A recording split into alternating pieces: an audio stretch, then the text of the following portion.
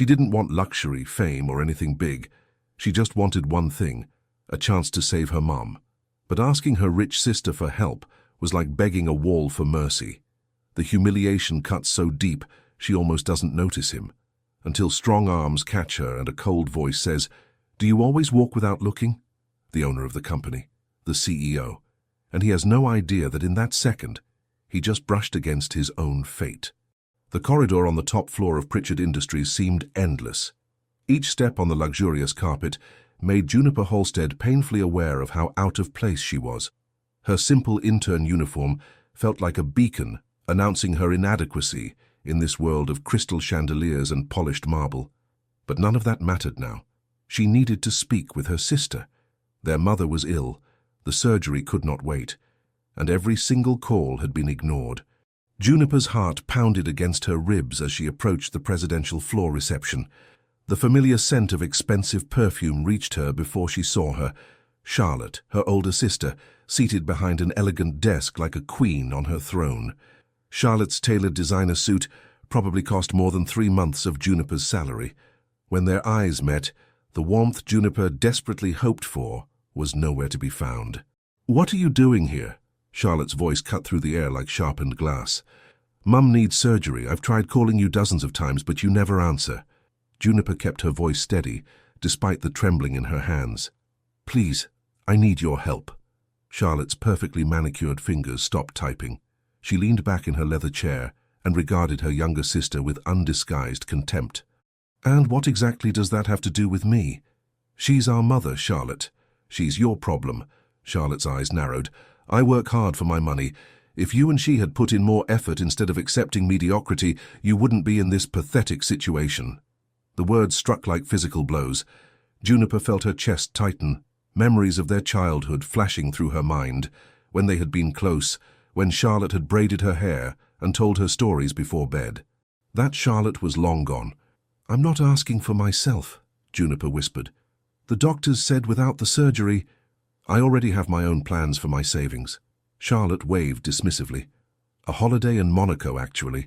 I won't waste my money on this. Now leave before someone important sees you here." The pain cut deep, deeper than Juniper had anticipated. Her eyes burned with unshed tears, but she refused to give Charlotte the satisfaction of seeing her cry. With whatever dignity she could muster, she turned to leave that suffocating place. If this story is touching your heart, show your support. Leave a like, subscribe to the channel, and share it with your friends. Every action helps us keep bringing you new stories full of emotion. She didn't see him coming. The impact against a firm, muscular chest sent her stumbling backward. Strong hands gripped her arms, preventing what would have been an embarrassing fall. A sophisticated woody cologne invaded her senses. Sandalwood and something darker, more mysterious. Juniper looked up and froze. Graham Pritchard, the CEO himself, the most feared and admired man in the entire company, stood before her, his amber eyes burning like molten gold as he frowned down at her. He was impossibly tall. She barely reached his shoulder, with broad shoulders that strained against his impeccably tailored charcoal suit. His dark hair was swept back from a face that could have been carved from granite, all sharp angles, and a squared jaw that spoke of determination and power. He released her with an abrupt movement, as if touching her had been distasteful. "Do you always walk without watching where you're going?" His voice was deep, edged with irritation. "I'm terribly sorry, sir. I was distracted." Juniper lowered her gaze, her cheeks flushing with embarrassment. Graham studied her for several seconds longer than necessary. Unlike the women in his social circle, she wore no heavy makeup or designer clothing. There was something delicate about her. Long hair cascading freely over her shoulders, expressive eyes glistening with traces of tears, a natural beauty unmarred by artifice. Something about her captured his attention, though he immediately pushed the thought aside. He had no time for distractions. "Who are you?" Before Juniper could respond, Charlotte's sharp voice intervened. "No one important, Mr. Pritchard. Just an intern." She was already leaving. Graham raised an eyebrow, catching the coldness in his secretary's tone. He looked back at the young woman, noting how her shoulders had stiffened at Charlotte's words, how she held her chin up despite the obvious pain in her eyes. "Be more careful next time," he said finally, then continued toward his office. But something bothered him. He paused at his door and glanced back, watching the young intern walk toward the elevator with quiet dignity, while Charlotte returned to her work with a satisfied smirk. That exchange between the two women had not seemed ordinary. Graham entered his office and stood by the floor-to-ceiling windows overlooking London's grey skyline. Rain had begun to fall, streaking the glass like tears. He had built this empire with his own hands, turning his father's company into a global powerhouse. He had everything: wealth, power, respect, everything except peace. His phone buzzed. A message from his father. Board meeting tomorrow, 9 sharp, non-negotiable. Graham's jaw tightened. He knew what that meeting would bring. More pressure, more demands, more attempts to control the one aspect of his life he refused to surrender. But as he loosened his silk tie and poured himself a whiskey, his thoughts kept drifting back to those tearful eyes, to the way she had looked at him, not with the calculating interest he was accustomed to from women, but with something genuine. He shook his head and drained his glass. Distractions were dangerous, and Graham Pritchard had learned long ago that caring about anyone only led to betrayal. The boardroom felt like a battlefield. Graham sat at the head of the long mahogany table, his amber eyes scanning the faces of the directors assembled before him. His father, Edward Pritchard, occupied the opposite end, still commanding despite his silver hair and the walking cane resting against his chair. The founder of Pritchard Industries had built this company from nothing, and even in semi-retirement, his word carried immense weight. "Your reputation is damaging the company's image." Edward's voice was calm but firm. "The investors are growing restless with all these tabloid scandals." Graham's jaw tightened. "My work speaks for itself. My personal life shouldn't matter." "But it does." Edward leaned forward, his weathered hands clasped on the table. "A married CEO, a stable one, inspires confidence. The board has discussed this at length." He gestured to the men and women around the table, all avoiding Graham's piercing gaze. "We require an immediate solution. A marriage would be ideal." Graham stood abruptly, his chair scraping against the polished floor. "This is absurd." "It's necessary." Edward's tone brooked no argument. "You have 3 months to resolve this situation, or you will face consequences. The board has made its position clear." The silence that followed was suffocating. Graham looked around the room, at the directors who couldn't meet his eyes, at his father's unwavering stare. They had him cornered, and they knew it. "This meeting is adjourned," Graham said coldly, striding toward the door. Marriage. The very word made his stomach turn. Trust was not something he gave easily, not anymore, not after Victoria.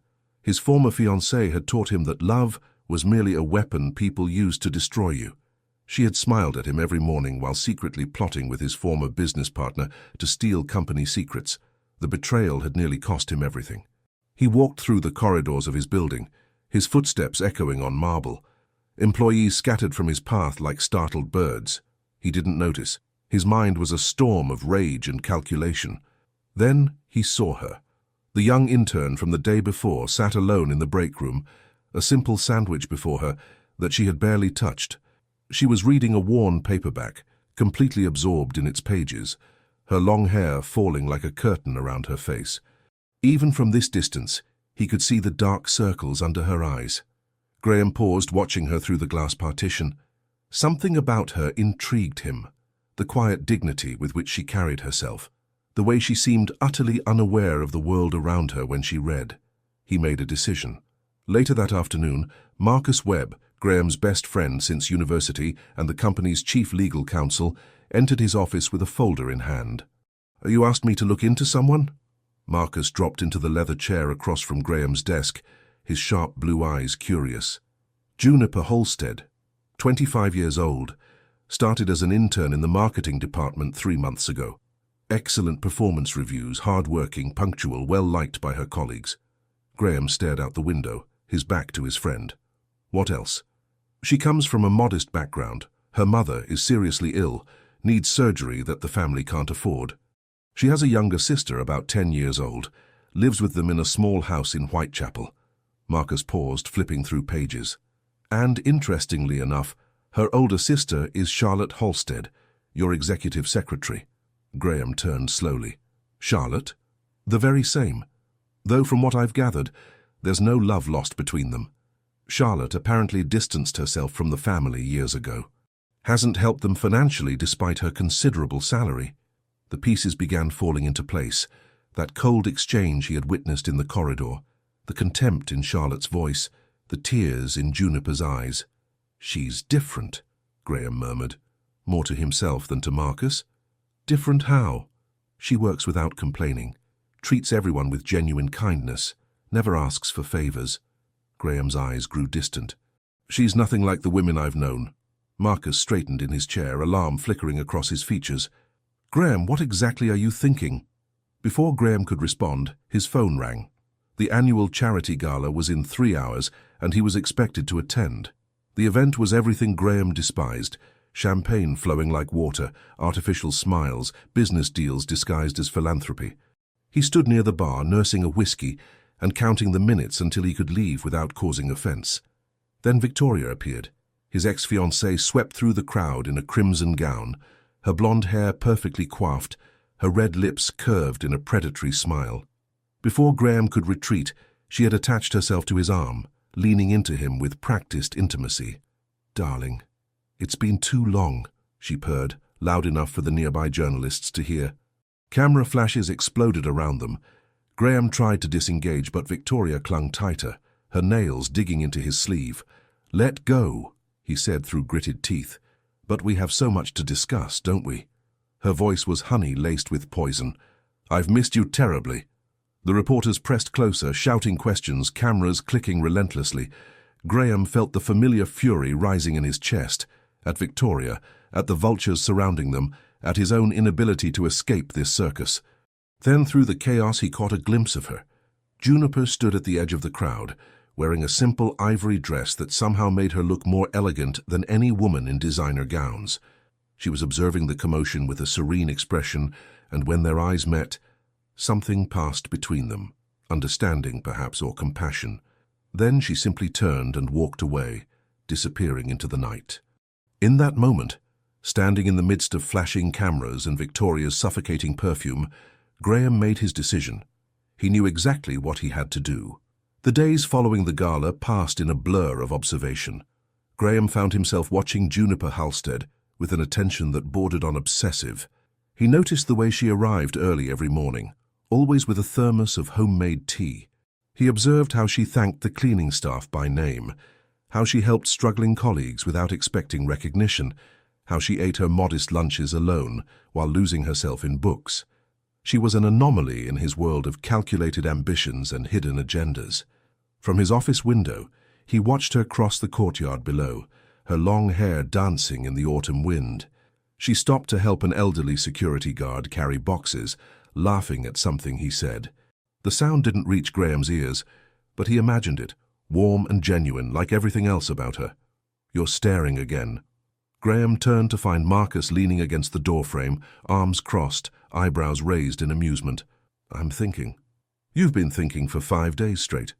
Marcus walked to the window and followed Graham's gaze. "She's pretty, I'll give you that, but this obsession is unlike you." "It's not obsession. It's research." Marcus laughed, though there was no humor in it. "Research for what exactly?" "Graham, I've known you for 20 years. I've never seen you look at anyone like that, not even Victoria." The name sent ice through Graham's veins. He turned away from the window, his jaw tight. "Victoria was a mistake, one I won't repeat." "Then what are you planning?" Graham was silent for a long moment. When he spoke, his voice was carefully controlled. "The board wants me married. They want stability, respectability." He paused. "What if I gave them exactly what they wanted?" Marcus's expression shifted from curiosity to alarm. "You can't be serious." "A contract. 1 year. Mutually beneficial arrangement." Graham's amber eyes were calculating now, the businessman replacing the man. "She needs money for her mother's surgery. I need someone who won't complicate things with emotional demands." "You're talking about a human being, Graham, not a business acquisition." "I'm talking about a solution." Graham moved to his desk, pulling out a folder. "I've had the legal team draft preliminary terms. She gets full medical coverage for her mother, a generous monthly allowance, and at the end of the year a settlement that would secure her family's future." Marcus shook his head slowly. "And what do you get, besides the obvious PR benefits?" Graham didn't answer. The truth was, he wasn't entirely sure himself. Something about Juniper Halstead had gotten under his skin, and he needed to understand why. Keeping her close seemed like the only way to exercise this strange fascination. "Just be careful," Marcus said quietly. "Contracts can't control hearts, yours or hers." The next morning, Graham summoned Juniper to his office. She entered hesitantly, her eyes wide as they took in the sprawling space, the wall of windows overlooking the city, the modern art pieces, the shelves lined with awards and photographs. She looked impossibly small standing there, her hands clasped nervously before her.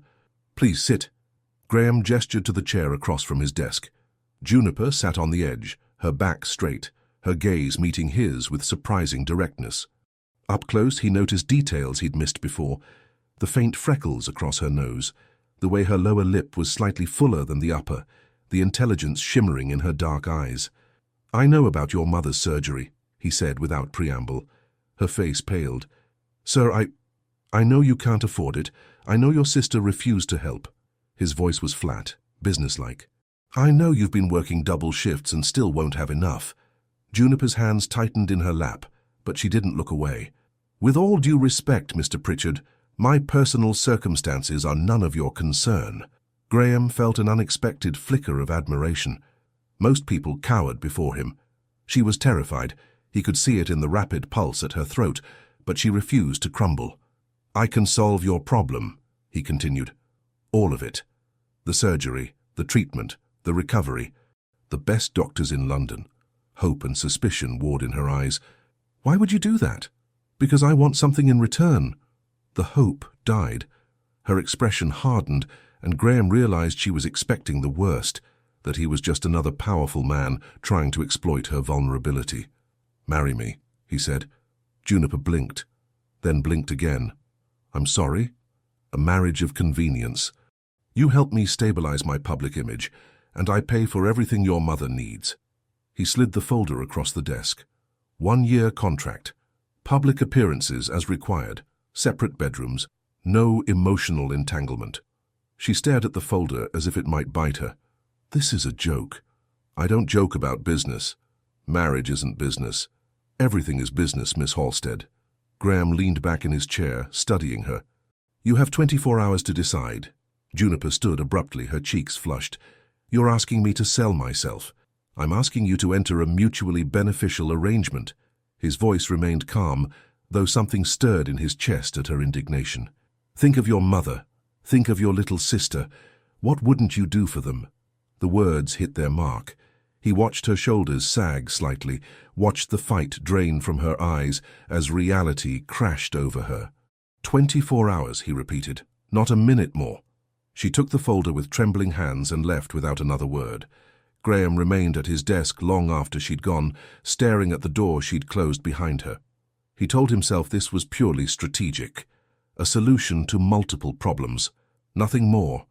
But he couldn't shake the image of her standing there, proud and frightened and utterly magnificent in her defiance. What had he gotten himself into? The streets of Whitechapel had never felt so narrow. Juniper walked through the familiar neighborhood in a daze, the folder clutched against her chest like a shield. The dim streetlights flickered overhead, casting long shadows across cracked pavements. The air was thick with the promise of rain, heavy and oppressive. Graham Pritchard's words echoed in her mind. "Marry me. 1-year contract. No emotional entanglement." It was madness. Absolute madness.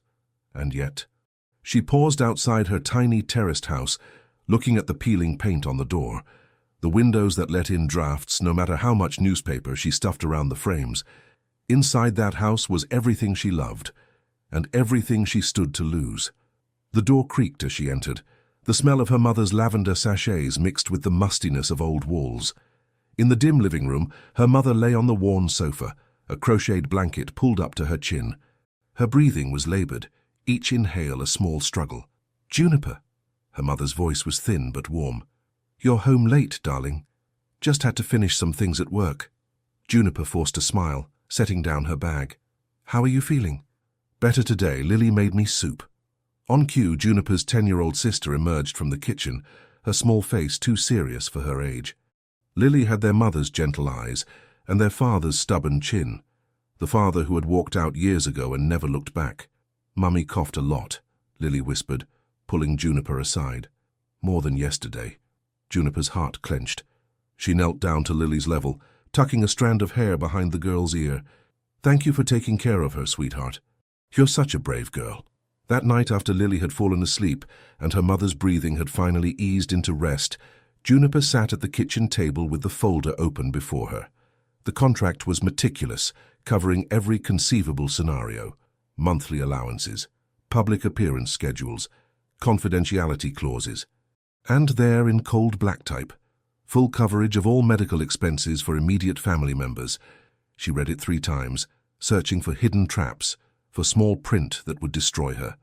But it was straightforward. Ruthlessly so. 1 year of her life. That was all he was asking. Juniper thought about pride. That stubborn thing that had kept her going through every hardship. She thought about dignity, about self-respect, about all the things she'd been taught to value above money. Then she looked at her mother's medication bottles lined up on the counter. At the bills stuffed in the drawer she couldn't bring herself to open. At the photograph on the wall of their family before everything fell apart. When Charlotte still smiled at them, when their father still came home, when their mother could dance in the kitchen without losing her breath. What was pride worth if her mother died? A tear slipped down her cheek, then another. She let them fall, mourning the innocence she was about to surrender. By morning, her decision was made. The elevator ride to the executive floor felt like ascending to another world. Juniper's simple dress, the nicest thing she owned, seemed shabby against the marble and crystal surrounding her. But she held her head high as she walked past Charlotte's desk. Her sister's eyes widened. "What are you—" Juniper didn't stop. She knocked once on Graham's door and entered without waiting for permission.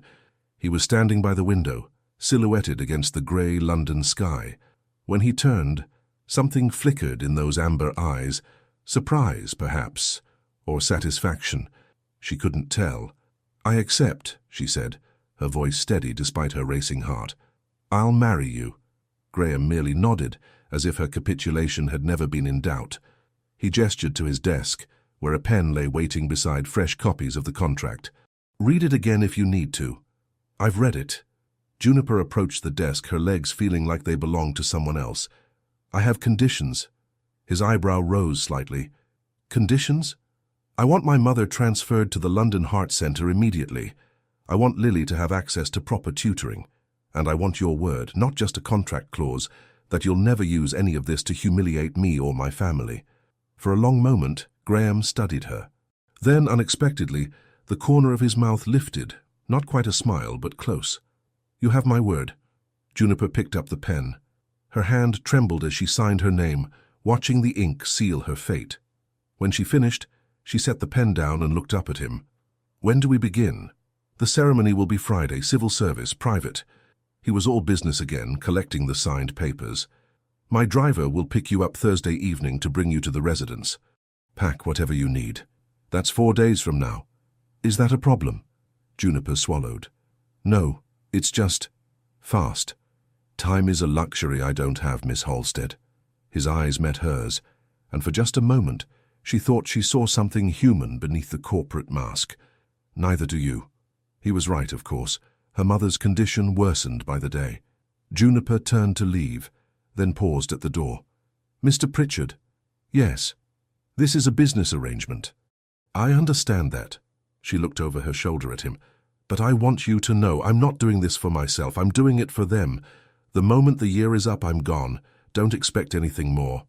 She left before he could respond, her heart pounding with fear and something else she couldn't name. Graham stood alone in his office, the signed contract in his hands, watching the door she'd closed behind her. Don't expect anything more. He should have been relieved by her clarity. Instead, her words left an inexplicable hollow in his chest. What had he expected? That she might actually want this? He dismissed the thought and reached for his phone. There were arrangements to make, a wedding to plan, a carefully constructed life to protect. Feelings had no place in any of it. The registry office smelled of old paper and furniture polish. Juniper stood before the magistrate in a cream-colored dress she'd found at a charity shop. Simple, elegant, Nothing like the wedding gown she'd dreamed of as a little girl. No flowers, no music, no family, just witnesses she didn't know, and a groom who looked at her like she was a contract to be executed. Graham wore a charcoal suit that probably cost more than her entire wardrobe.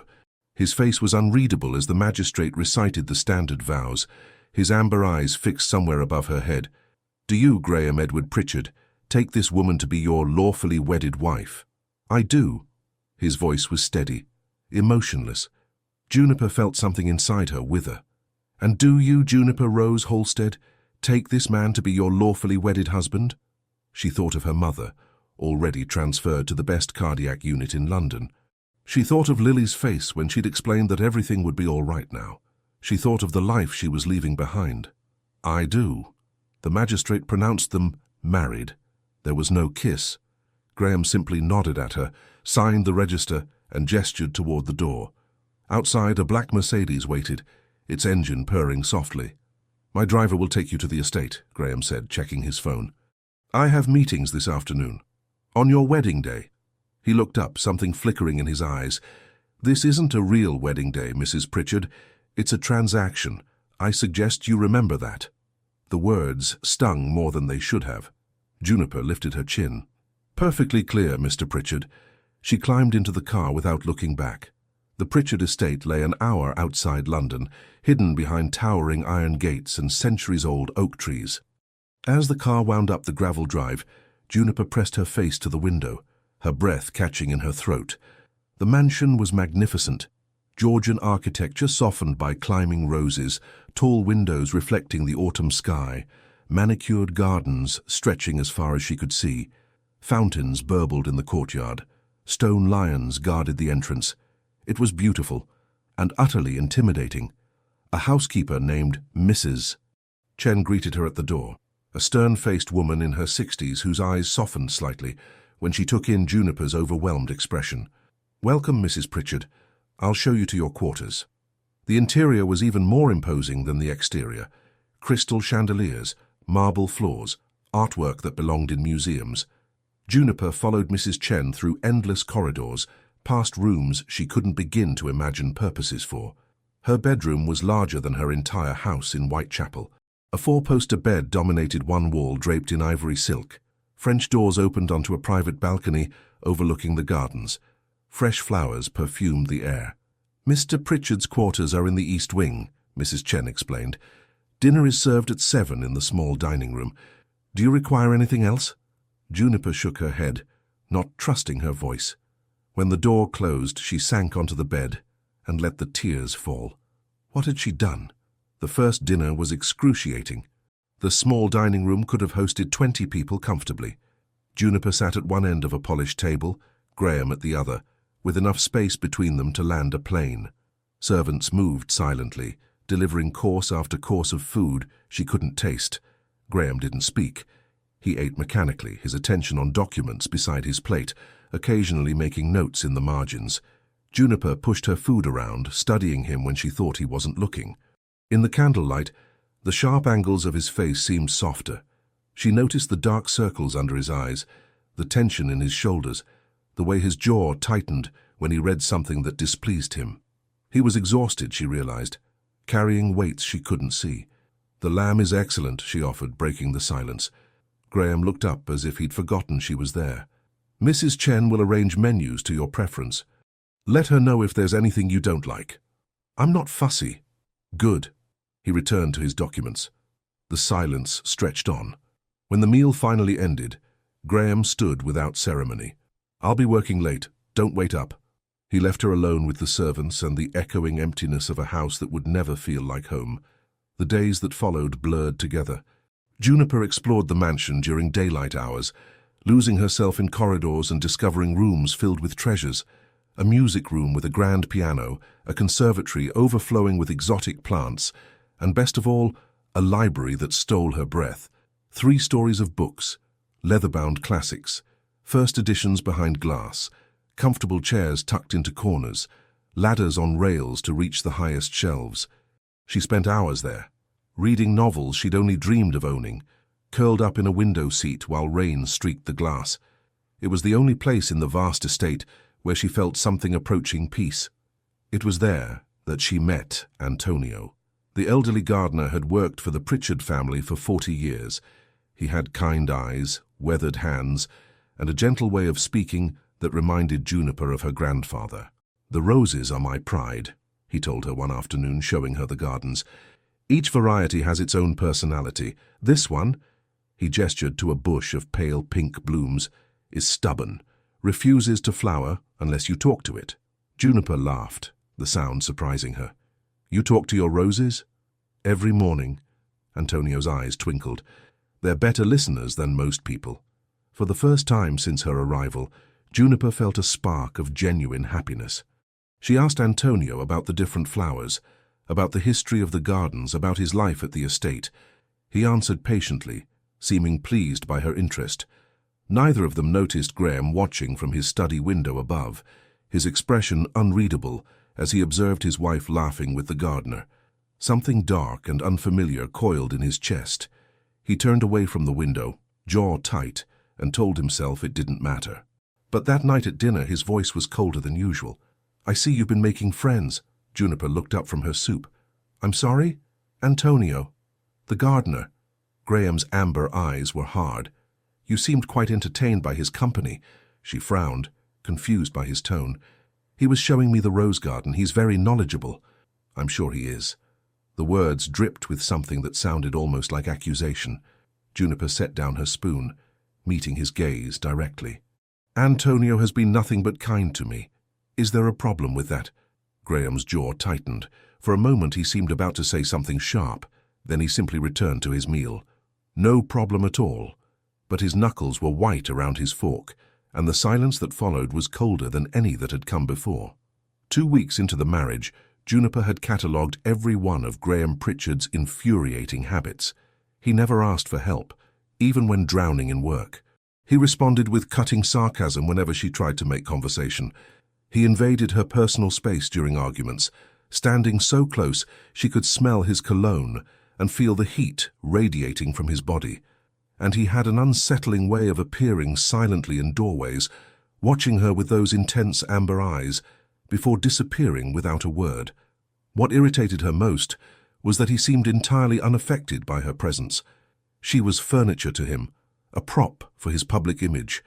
She refused to admit, even to herself, that his indifference stung. Graham, for his part, was cataloguing his own list. His wife talked incessantly when nervous, filling silences with observations about the weather, questions about the artwork, comments about books she was reading. She bit her lower lip when concentrating, a habit that drew his attention to her mouth far more often than was appropriate. She organized everything she touched, including, to his fury, the papers on his desk. "Where is the Henderson file?" he demanded one evening, storming into the library where she sat reading. Juniper looked up calmly. "On the left side of your desk, third stack. It was mixed in with the quarterly reports. I had a system. You had chaos." She returned to her book. "You're welcome."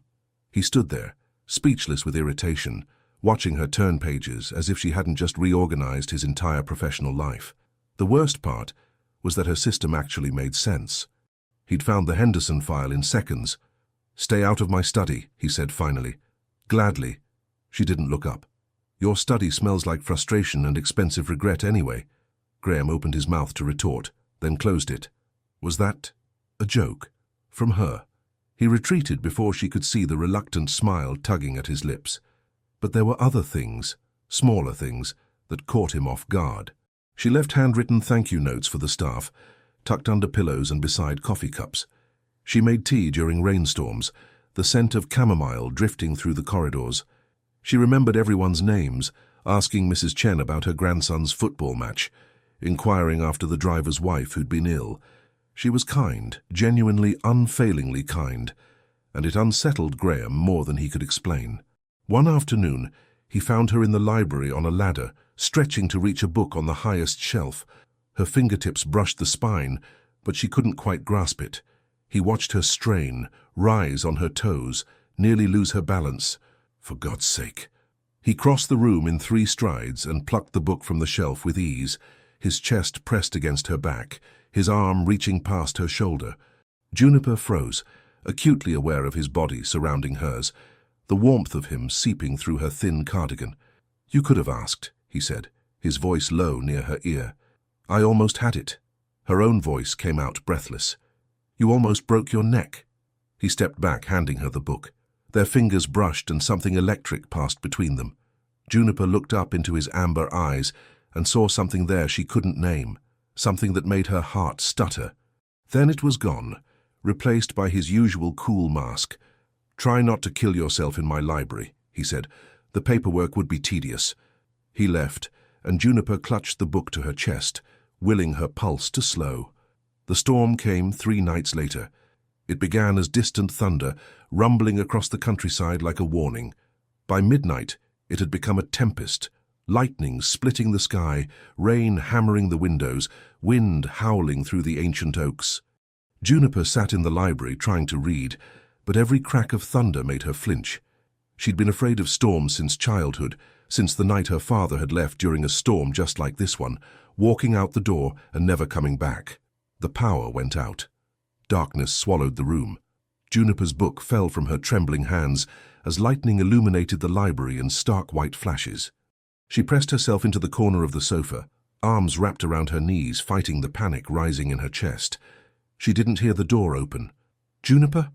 Graham's voice cut through the darkness. A beam of light appeared, a torch, sweeping across the room until it found her huddled form. "The power," she started. "I know. The whole estate is out." He moved closer, and in the torchlight, his face looked different, softer, almost concerned. "Are you all right?" "Fine," she lied, her voice shaking. Thunder crashed directly overhead. Juniper gasped, her whole body jerking with fear. Before she could stop herself, tears were streaming down her cheeks. Graham sat down beside her. Not close enough to touch, but close enough that she could feel his presence like an anchor in the storm. "You're afraid of storms," he said quietly. "Not a question. Since I was a child." She wiped her eyes, embarrassed. "It's foolish. Fear is never foolish." He was silent for a moment. "I was afraid of the dark when I was young. My mother used to sit with me until I fell asleep." Juniper looked at him, surprised by the confession. He had never mentioned his mother before. "Where is she now?" "She passed when I was 12. His voice was carefully neutral. "Cancer. I'm sorry. It was a long time ago." They sat in silence as the storm raged outside. Somehow Graham's presence steadied her. The thunder still made her jump, but the panic receded, replaced by something calmer. "Tell me about your mother," he said unexpectedly. "The one we're saving." Juniper smiled despite herself. "She's wonderful. Warm and funny and stubborn. She used to dance in the kitchen while cooking, waltzing with the broom, singing off-key." Her voice caught. "She can't do that anymore. Can't catch her breath." "She will again." Graham's voice was firm. "The doctors at the Heart Center are the best in Europe." "I know, thank you." She turned to look at him, really look at him. "Why did you do this, Graham, really? You could have found anyone to play this role." He was quiet for a long moment. When he spoke, his voice was rougher than usual. "I don't know." The admission seemed to surprise even him. "Something about you. You're different from anyone I've met. You don't want anything from me except what I offered. You don't try to manipulate or impress. You just—" "Ah." Their eyes met in the torchlight. The storm seemed suddenly distant. The world narrowed to this room, this moment, the space between them. "Graham!" The lights flickered back on, flooding the library with harsh brightness. The spell broke. Graham stood abruptly, clearing his throat. "The power's back. You should get some sleep." He was at the door before she could respond. "Graham?" He paused, but didn't turn. "Thank you for sitting with me. Don't mention it." He left, and Juniper sat alone in the bright, empty library, her heart full of questions she was afraid to answer. Something had changed tonight. She felt it in her bones. The only question was whether either of them would be brave enough to acknowledge it. The business conference in Edinburgh was unavoidable. Graham had tried to attend alone, but his father had been insistent. "Bring your wife. The investors want to see stability, not a man who leaves his bride at home after 3 weeks of marriage." So here they were, sitting in first class on the train north, the Scottish countryside rolling past in shades of green and grey. Juniper stared out the window, acutely aware of Graham's presence beside her, the way his shoulder occasionally brushed hers when the train swayed, the scent of his cologne mixing with the smell of fresh coffee. They hadn't spoken about the night of the storm. In the days that followed, Graham had retreated behind his walls, more distant than ever, but sometimes she caught him watching her with an expression she couldn't decipher, and the memory of his confession in the dark library haunted her dreams. "The conference lasts 3 days," Graham said, breaking the silence. "There will be dinners, networking events. You'll need to play the part. I understand my role." "Do you?" He turned to look at her, his amber eyes searching. "These people are sharks, Juniper. They'll circle you looking for weaknesses. One wrong word and they'll smell blood. Then perhaps you should have married someone from your world." She kept her voice light, but the words carried an edge. "Someone who knows the rules." "Perhaps." His gaze didn't waver. "But I didn't." Something in his tone made her breath catch. Before she could respond, his phone rang, and the moment dissolved into business talk she couldn't follow. The hotel in Edinburgh was magnificent, a converted castle overlooking the city, all stone turrets and ancient elegance. Graham handled check-in, while Juniper admired the vaulted ceilings and medieval tapestries. "Mr. and Mrs. Pritchard," the concierge's voice was apologetic. "I'm terribly sorry, but there seems to have been an error with your reservation. We have you booked for a standard suite rather than the 2-bedroom accommodation your office requested." Graham's jaw tightened. "What exactly does that mean?" "The suite has only 1 bed, sir, a king-sized bed." The concierge wrung his hands. "We're fully booked due to the conference. I can offer you a complimentary upgrade to our honeymoon suite, but I'm afraid it also has only 1 bed." Juniper felt heat creep up her neck. She glanced at Graham, whose expression had turned to stone. "We'll take the honeymoon suite," he said flatly. "Send up champagne. Make it look intentional." The honeymoon suite was absurdly romantic. Rose petals scattered across the enormous bed, candles waiting to be lit, a bathroom with a tub large enough for 2. Juniper stood in the doorway, her suitcase forgotten at her feet. "I'll sleep on the sofa," Graham said, already loosening his tie. "Don't be ridiculous. That sofa is half your size."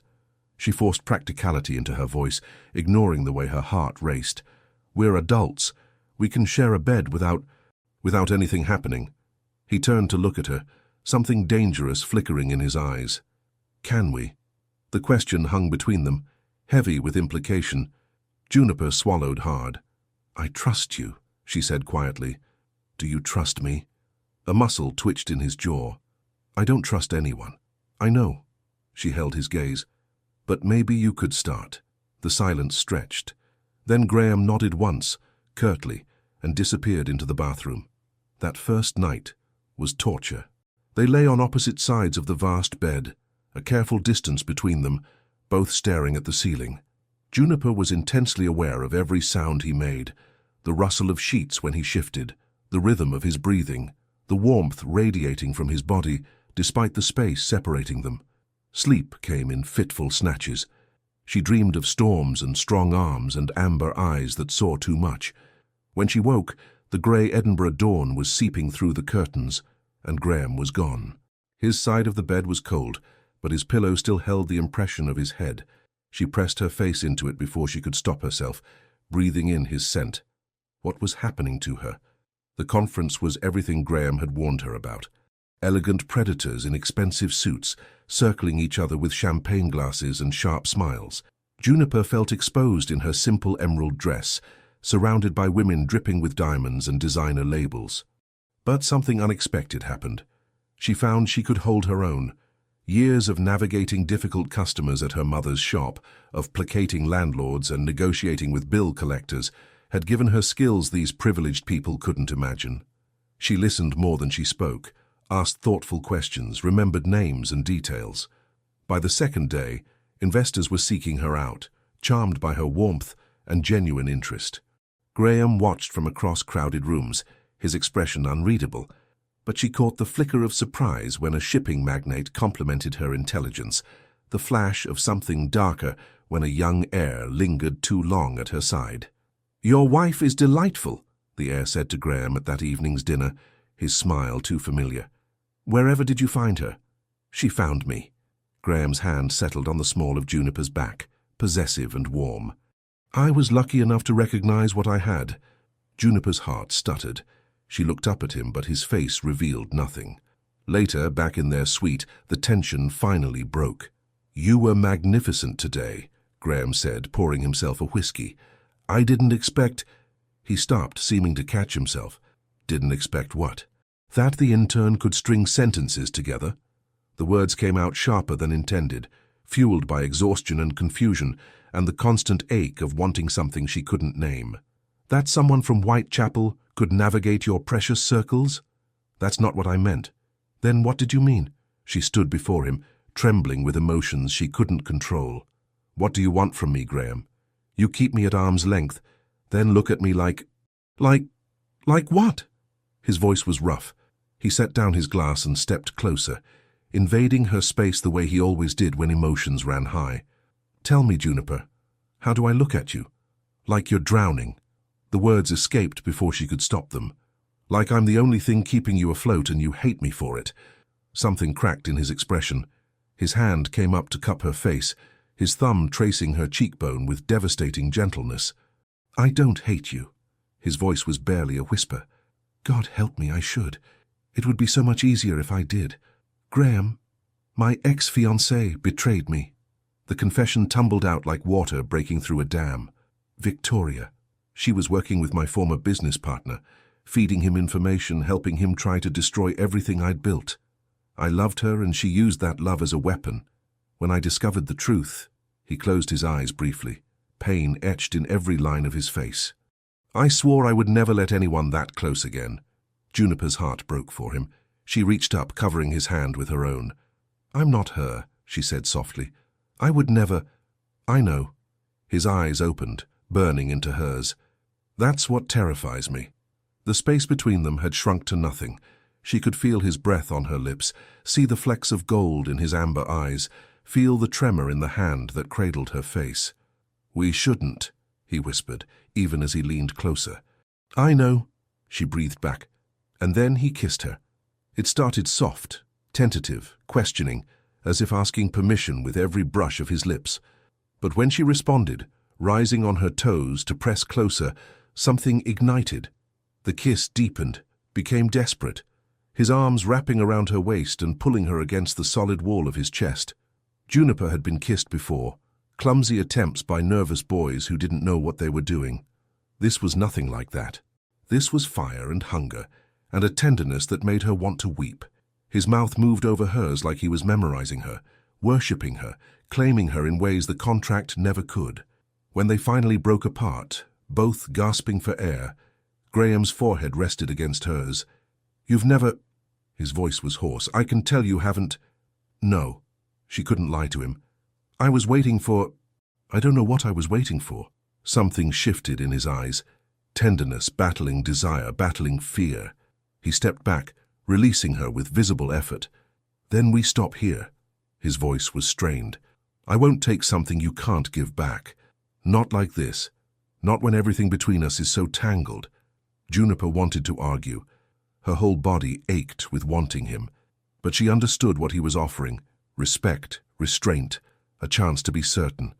"Okay," she whispered. Graham nodded once. Then he grabbed his jacket and walked out of the suite without another word. Juniper sank onto the bed, pressing her fingers to her swollen lips, still feeling the ghost of his kiss. Everything had changed, and nothing would ever be the same again. The morning after the kiss, Graham was ice. He sat across from her at breakfast, hidden behind a newspaper, responding to her attempts at conversation with monosyllables. The warmth of the previous night had vanished completely, replaced by a coldness that cut deeper than any insult. Juniper told herself it didn't matter, told herself this was always how it would be, moments of connection followed by walls slamming shut. She buttered her toast with mechanical precision and refused to let him see how much his withdrawal hurt. The final day of the conference brought a gala dinner in the castle's great hall. Juniper dressed with particular care, choosing a flowing champagne-colored gown that skimmed her curves and left her shoulders bare. She pinned her hair up, leaving a few tendrils to frame her face, and applied minimal makeup that emphasized her natural features.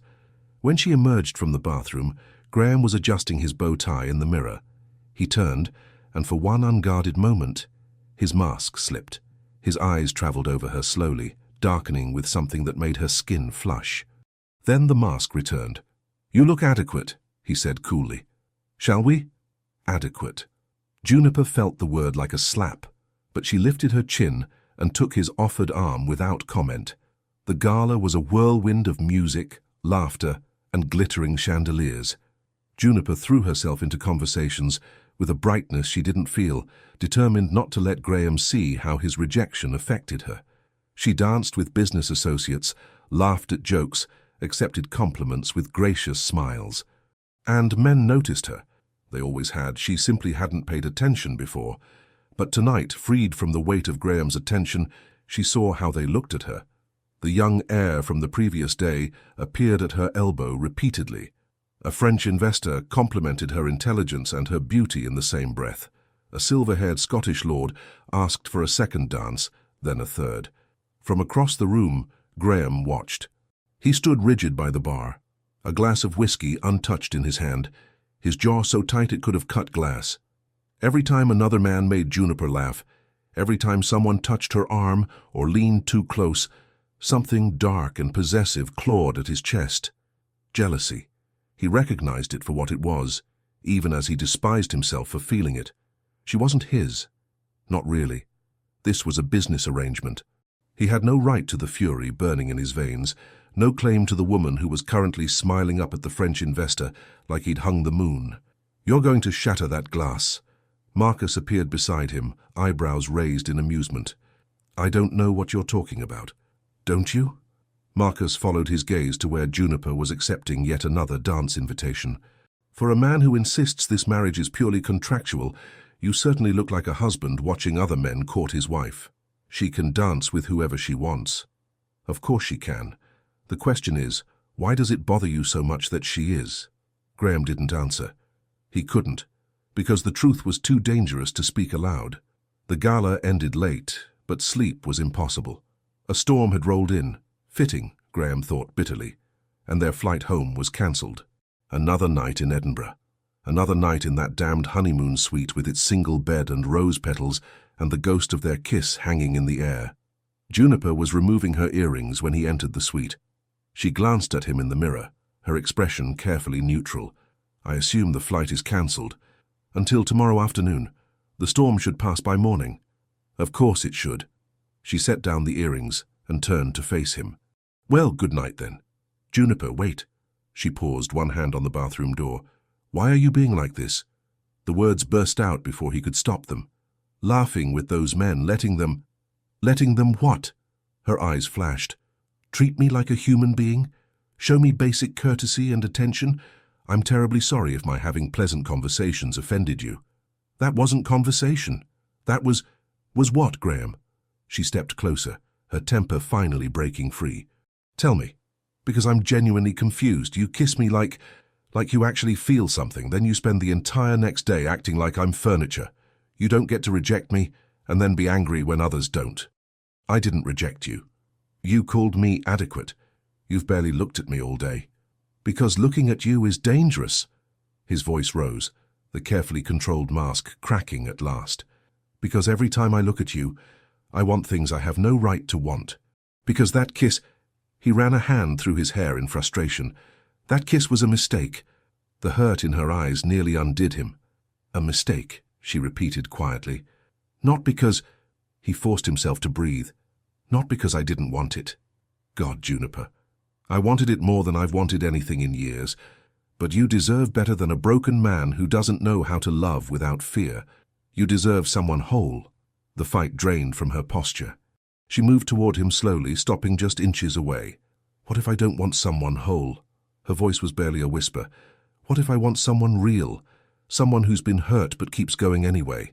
Someone who sits with me during storms and pretends he doesn't care but shows up every time it matters?" Graham closed his eyes. "You don't know what you're saying." "I know exactly what I'm saying." Her hand came up to rest on his chest, over his racing heart. "Victoria broke something in you. I understand that. But I'm not her, Graham. I never could be. I don't want your money or your power or your company. I just want..." "What?" His voice was raw. "What do you want?" She looked up at him with those impossibly honest eyes. "I want you to stop being afraid of me." Something inside him shattered. He pulled her into his arms and kissed her, not gently this time, but desperately, pouring years of loneliness and fear and desperate hope into the press of his lips. She responded with equal fervor, her hands fisting in his shirt, pulling him closer. "I'm terrified of you," he admitted against her mouth. "You've gotten under my skin in ways I don't understand. Every rule I made for myself, every wall I built, you walk right through them like they're nothing." "Good." She kissed the corner of his mouth, his jaw, his throat. "Those walls were keeping you prisoner." He held her tighter, breathing her in, the scent of flowers and something uniquely juniper that had become essential to him without his permission. "This changes everything," he said.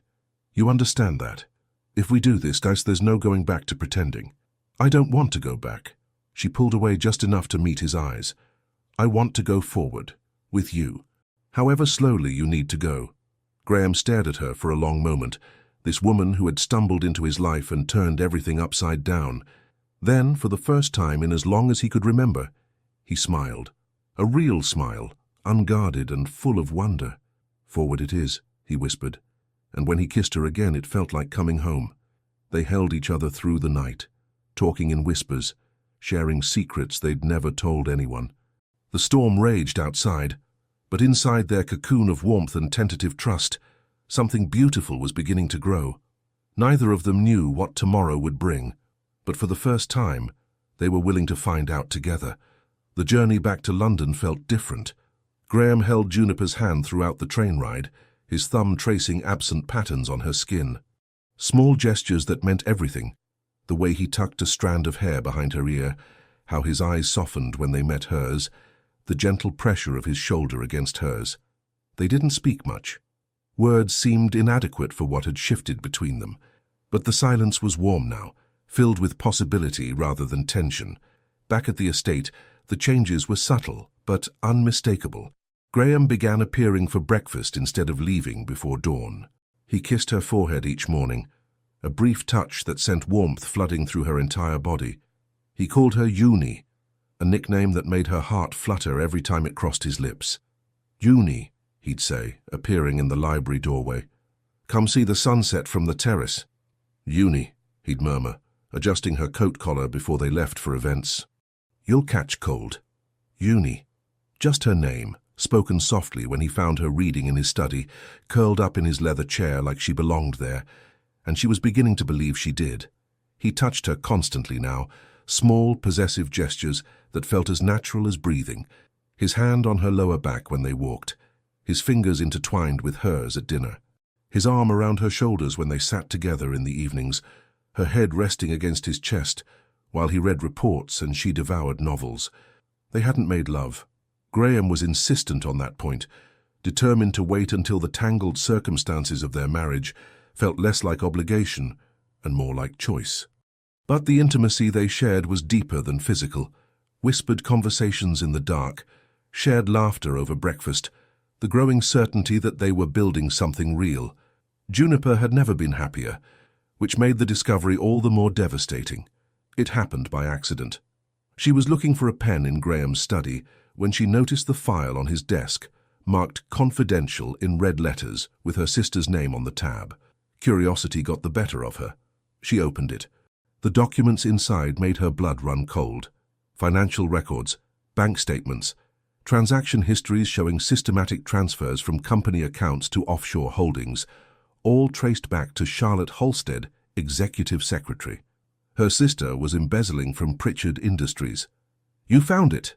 Juniper spun around. Graham stood in the doorway, his expression unreadable. "How long have you known?" Her voice came out strangled. 3 weeks. My forensic accountants flagged the discrepancies. He moved into the room, closing the door behind him. "I've been building a case quietly. I didn't want to tell you until I had all the evidence." "Why not?" Tears burned her eyes. "Did you think I was involved?" "No." He reached for her, pulling her close despite her rigid posture. "Never. But I knew this would hurt you, and I wanted to protect you from it as long as possible." "She's stealing from you."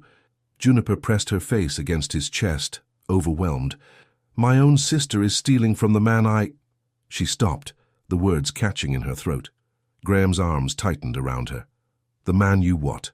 She couldn't say it. Not yet. Not with this chaos swirling around them. What will happen to her? She asked instead. She'll be prosecuted. There's no way around it. The amounts are too significant. His voice was gentle but firm. I'm sorry, Junie. I know she's your family. She stopped being my family the day she looked at our dying mother and chose Monaco over her life. Bitterness laced Juniper's words. Do what you need to do. I won't stand in your way. Graham tilted her chin up, forcing her to meet his eyes. You're extraordinary. Do you know that? Any other woman would be begging me to let her sister go. Any other woman isn't me. He kissed her then, soft and sweet and full of unspoken promises. But the peace didn't last. 2 days later, Charlotte appeared at the estate. Juniper was in the garden with Antonio, learning about winter pruning when the sleek black car pulled up the drive. Her sister emerged like a predator scenting blood, designer heels clicking against the gravel. We need to talk. Charlotte's voice was ice. Alone. Antonio quietly excused himself, casting a worried glance at Juniper before disappearing into the greenhouse. How did you get past the gate? Juniper kept her voice steady. I still have my employee credentials. For now. Charlotte's smile was sharp as broken glass.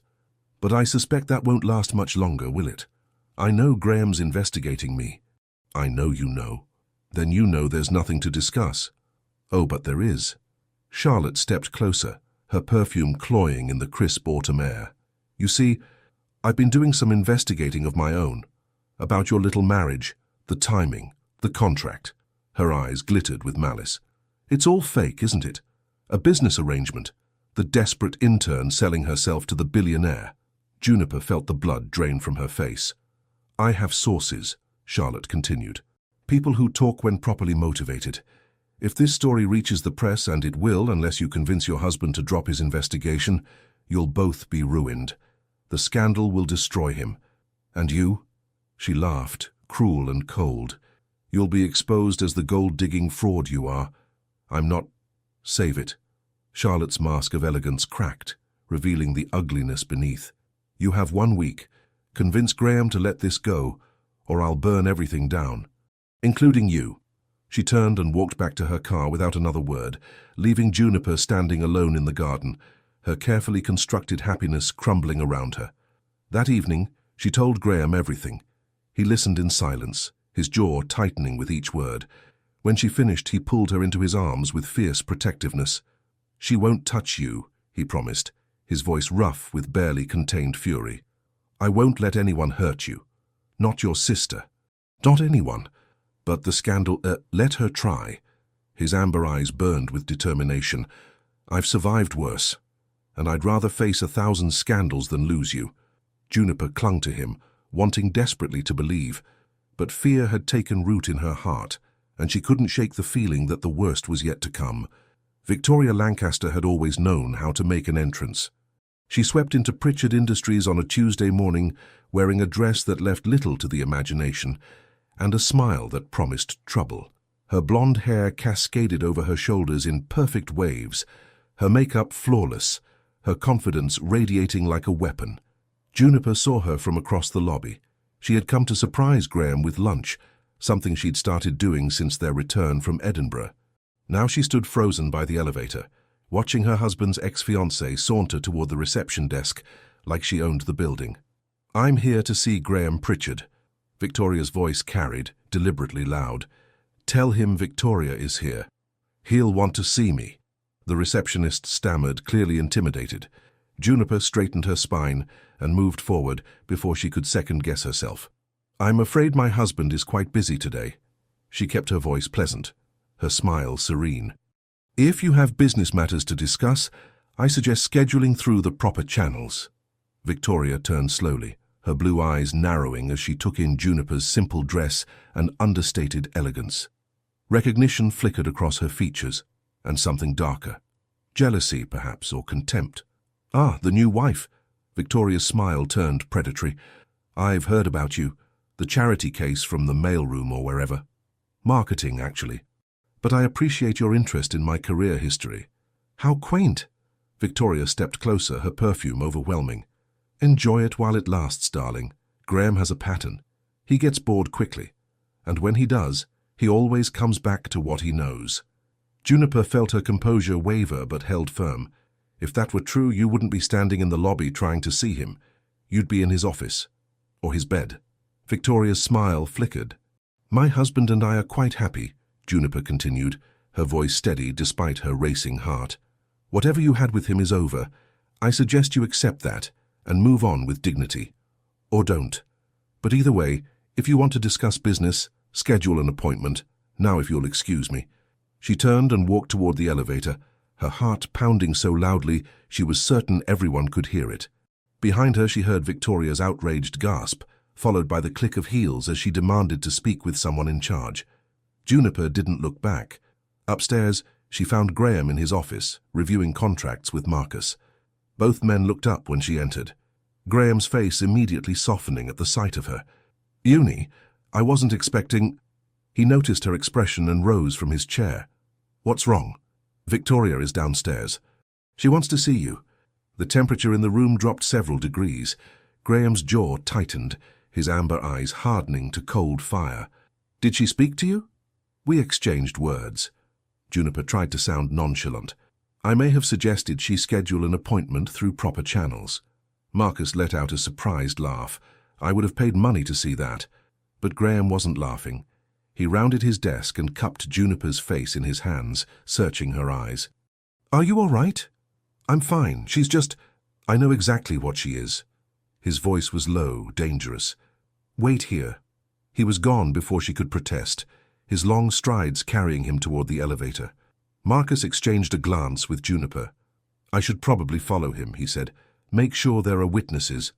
They found Victoria in the lobby arguing with security. Graham's arrival silenced everyone. He stood before his ex-fiancée like a thundercloud given human form, his presence commanding the attention of every person in the vicinity. Victoria.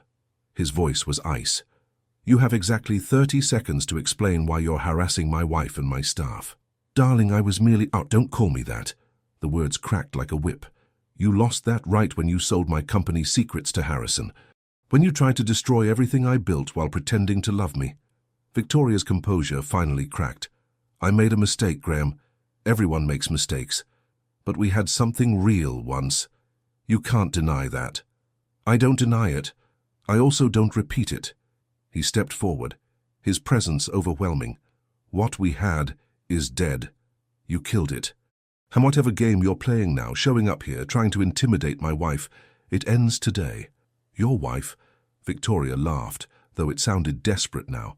That girl is nothing, a convenience. Everyone knows your marriage is a sham. Everyone is wrong. Graham's voice softened unexpectedly, but his eyes never left Victoria's face. Juniper is the best thing that's ever happened to me. She's kind where you were cruel, genuine where you were calculating. She makes me want to be a better man. He paused. You made me want to be alone forever. The lobby had gone utterly silent. Juniper stood frozen by the elevator, tears pricking her eyes at his public declaration. Don't come back, Graham said finally. Don't contact me, don't approach my wife. If I see you anywhere near either of us again, I will make sure every door in London closes to you permanently. Do we understand each other? Victoria's face crumpled. Without another word, she turned and fled through the revolving doors. Graham watched her go, his shoulders tense. Then he turned and saw Juniper standing there, tears streaming down her cheeks.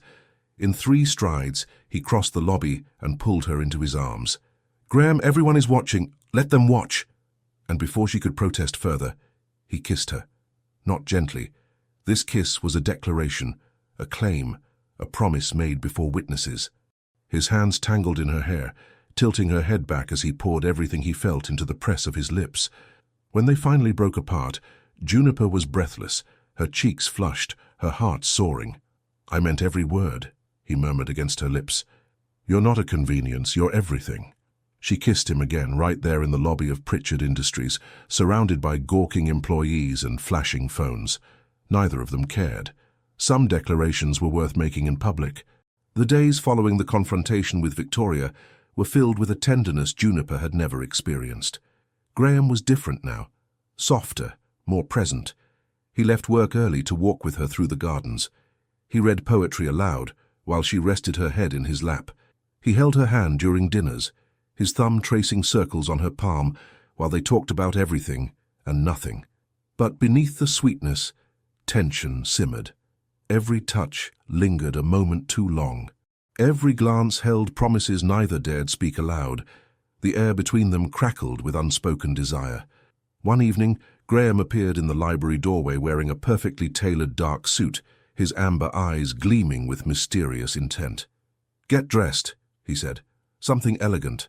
I'm taking you somewhere special."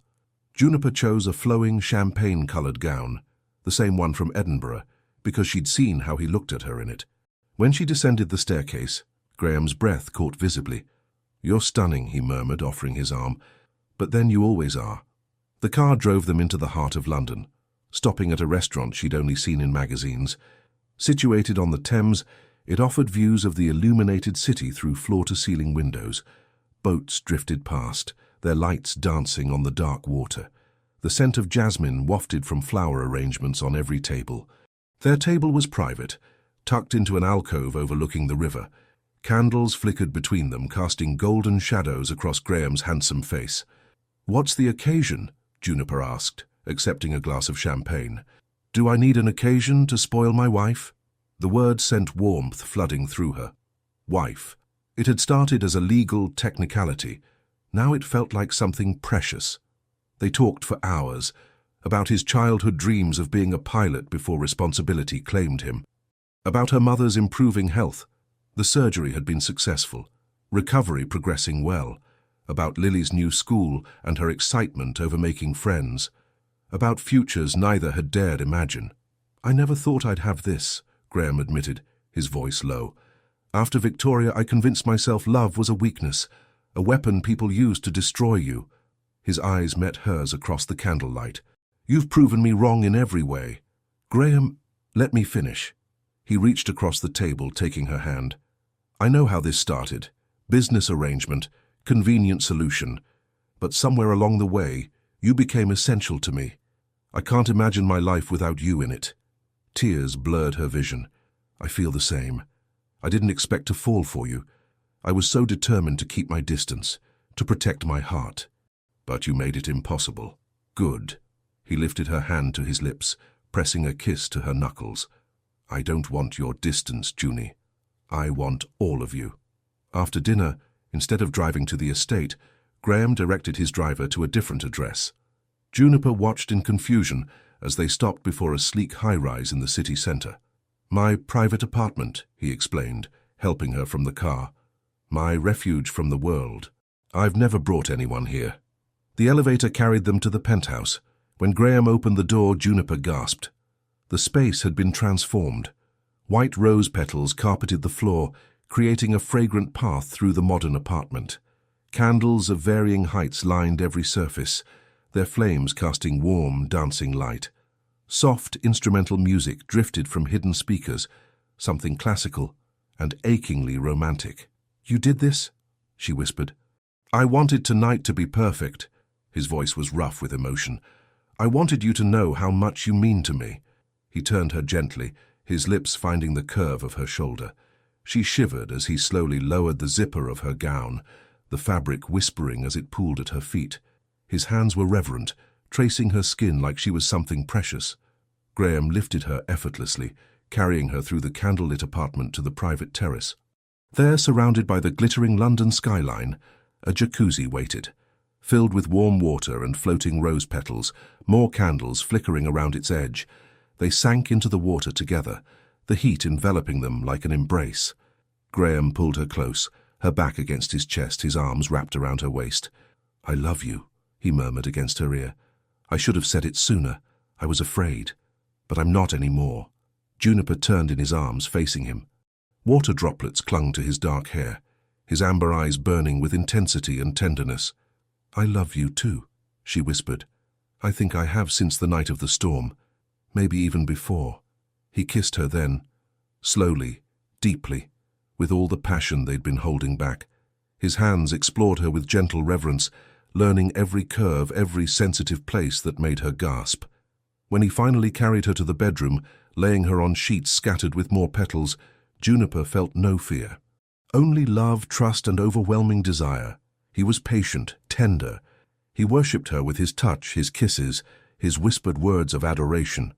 When they finally came together, it was with tears in her eyes, not from pain, but from the profound intimacy of being truly seen, truly cherished.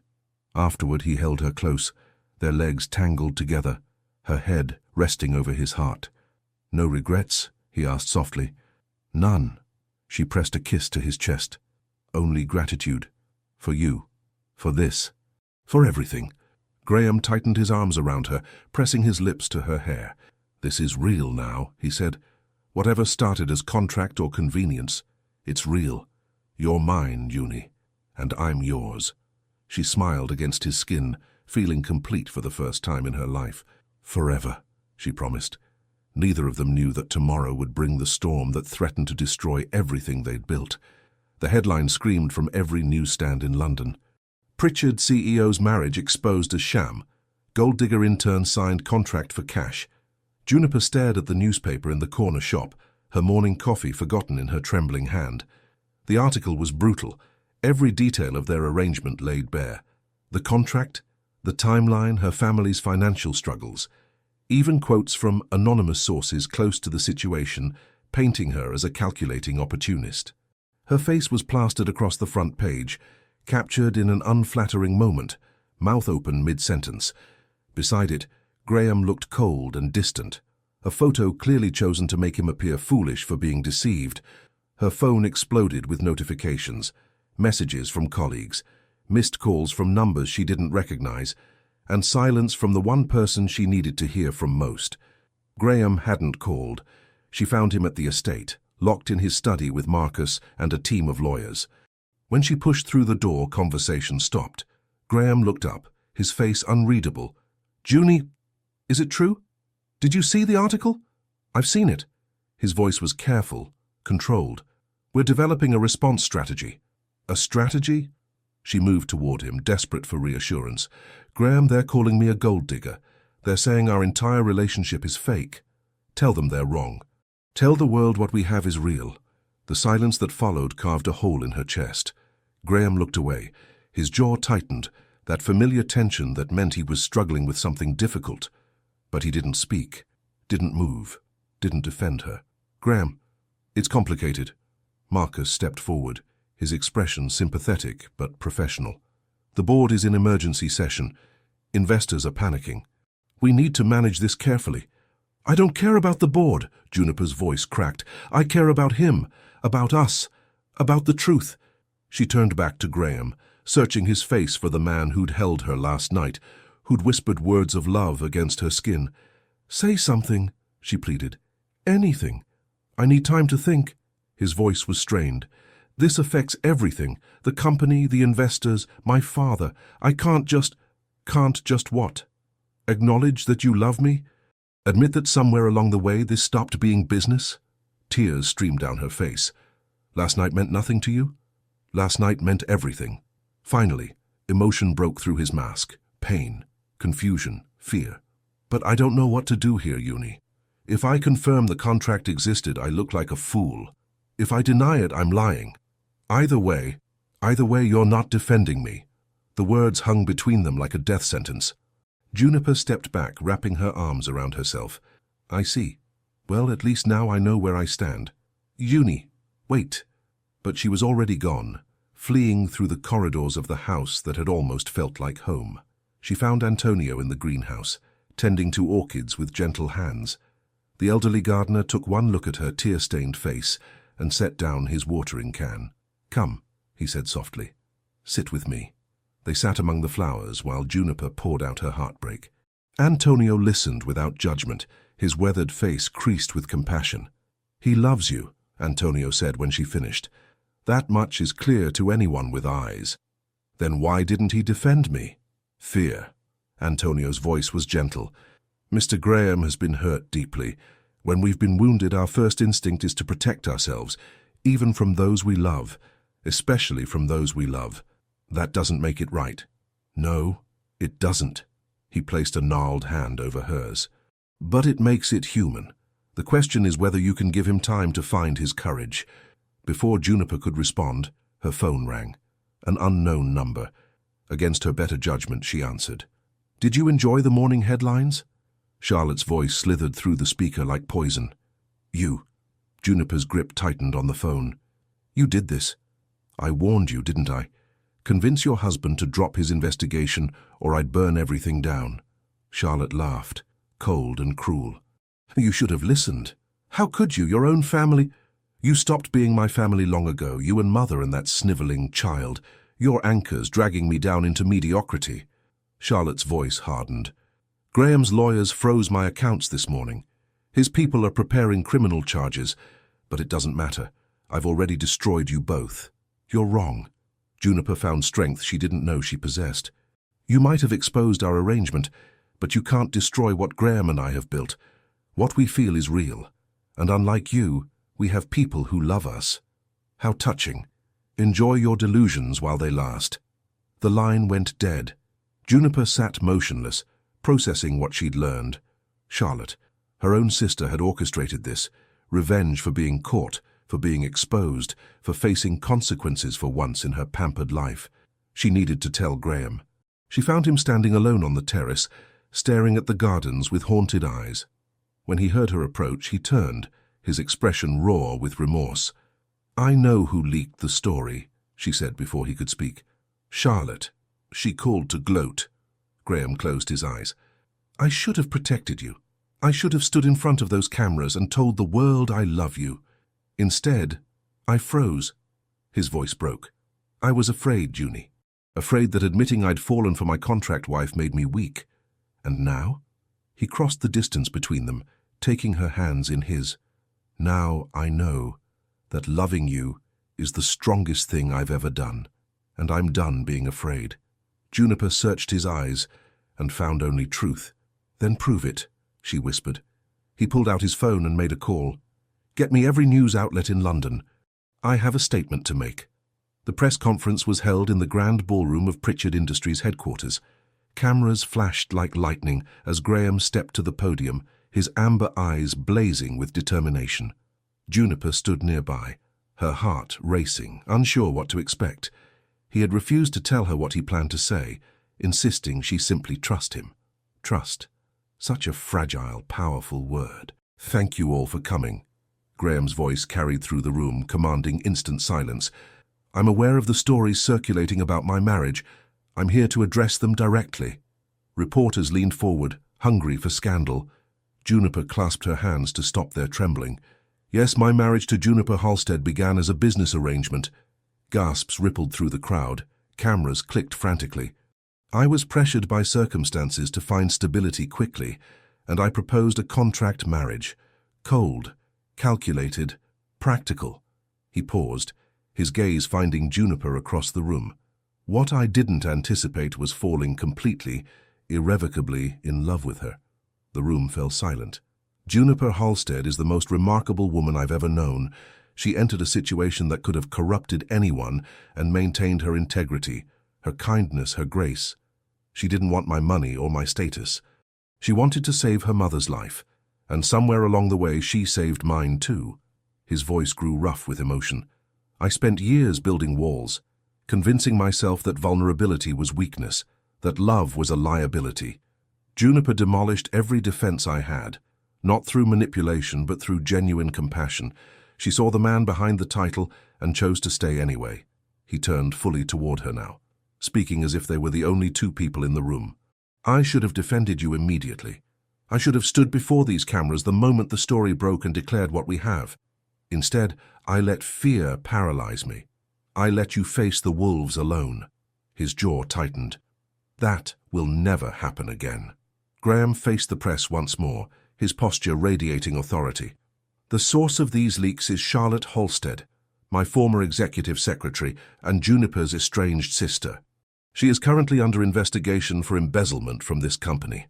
Her actions were motivated by revenge, nothing more." Murmurs swept through the crowd. Reporters scribbled furiously. "Charlotte will face the full consequences of her crimes, both the financial theft and her malicious attack on my wife's reputation.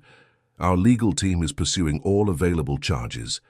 He stepped back from the podium, his eyes never leaving Juniper's face. To my wife, I love you.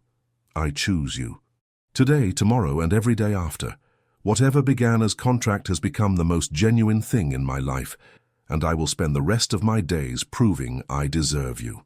The room erupted in questions, but Graham was already walking toward Juniper. He cupped her face in his hands, wiping away the tears streaming down her cheeks. "Did you mean it?" she whispered. "Every word? Every syllable?"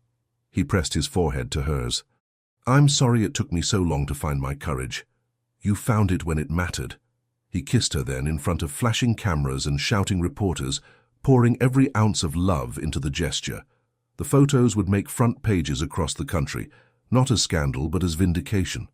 In the days that followed, the tide turned. Public opinion shifted dramatically. Juniper received messages of support from strangers touched by their story. The business world, initially skeptical, rallied behind Graham's honesty. His father, Edward, surprised everyone by making his own statement, praising Juniper's character and welcoming her officially into the family. Charlotte's downfall was swift and complete. The evidence against her was overwhelming. Years of careful theft documented in meticulous detail. She was terminated immediately, escorted from the building by security. Criminal proceedings followed within weeks. Facing insurmountable evidence, she accepted a plea deal that included full restitution and community service. Juniper felt no satisfaction in her sister's disgrace, only sadness for what might have been and relief that it was over. "Do you pity her?" Graham asked one evening, finding Juniper staring at the rain. "I pity who she could have been." Juniper leaned into his embrace. "We had the same beginning, Charlotte and I. Same parents, same struggles. Somewhere along the way she chose bitterness over love. I can't hate her for that. I can only be grateful I chose differently." Graham tightened his arms around her. "You chose beautifully." As autumn deepened into winter, their love continued to bloom. Graham's walls crumbled entirely, revealing a man capable of profound tenderness. He laughed more, worried less. Spent weekends teaching Lily to ride horses at the estate, charming Juniper's mother with flowers and thoughtful conversations. "He's wonderful," her mother said during a visit, watching Graham chase Lily through the gardens. "I knew from the moment I met him." "You were unconscious when you met him," Juniper reminded her with a smile. "A mother knows." She squeezed Juniper's hand. "He looks at you the way your father used to look at me, before he lost his way." "Graham won't lose his way." "No," her mother agreed. "He won't, because he has you to guide him home." Christmas at the estate was magical. Snow blanketed the grounds, transforming the gardens into a winter wonderland.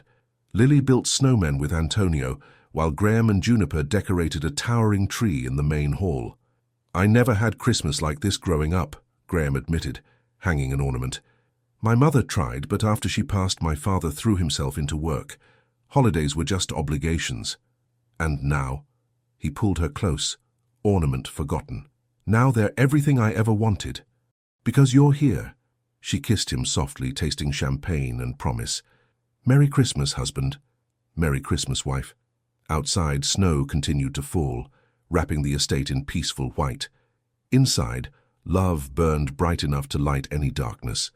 The year of their contract was nearly over, but their real marriage was just beginning. Spring arrived at the estate like a promise kept. Cherry blossoms rained pink petals across the gardens where Antonio had worked his magic. The lake shimmered beneath a perfect blue sky, its surface scattered with floating lanterns that would glow like earthbound stars come evening. Today, Graham and Juniper would renew their vows. Not in a sterile registry office this time, not as strangers bound by contract and desperation, but as two people who had found their way through darkness into light, choosing each other with full hearts and open eyes. Juniper stood before the mirror in her dressing room, smoothing the delicate lace of her gown. It was simple and elegant, ivory silk that flowed like water, with a fitted bodice embroidered with tiny seed pearls. Nothing like the charity shop dress she'd worn to that first ceremony. "You look like an angel," her mother said from the doorway, tears glistening in her eyes. She had recovered beautifully, stronger now than she'd been in years, her cheeks rosy with health and happiness. "Don't cry, Mum, you'll make me cry. Happy tears only." Her mother crossed the room, taking Juniper's hands. "I prayed for this, you know. when I was lying in that hospital bed, not knowing if I'd survive.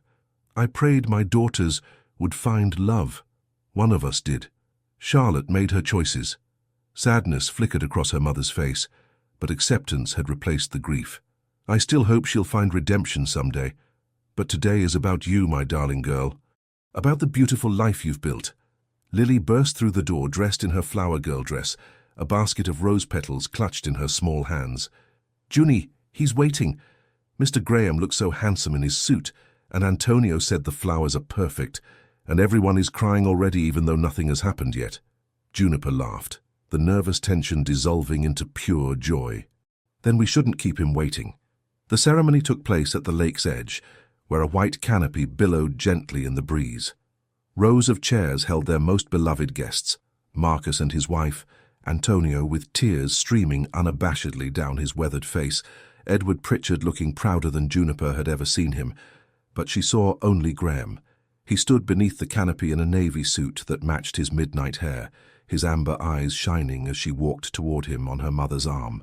When their gazes met, his composure cracked. She saw his breath catch, his lips part, his entire being lean toward her like a flower seeking sun. "You're breathtaking," he whispered as she reached him. "So are you."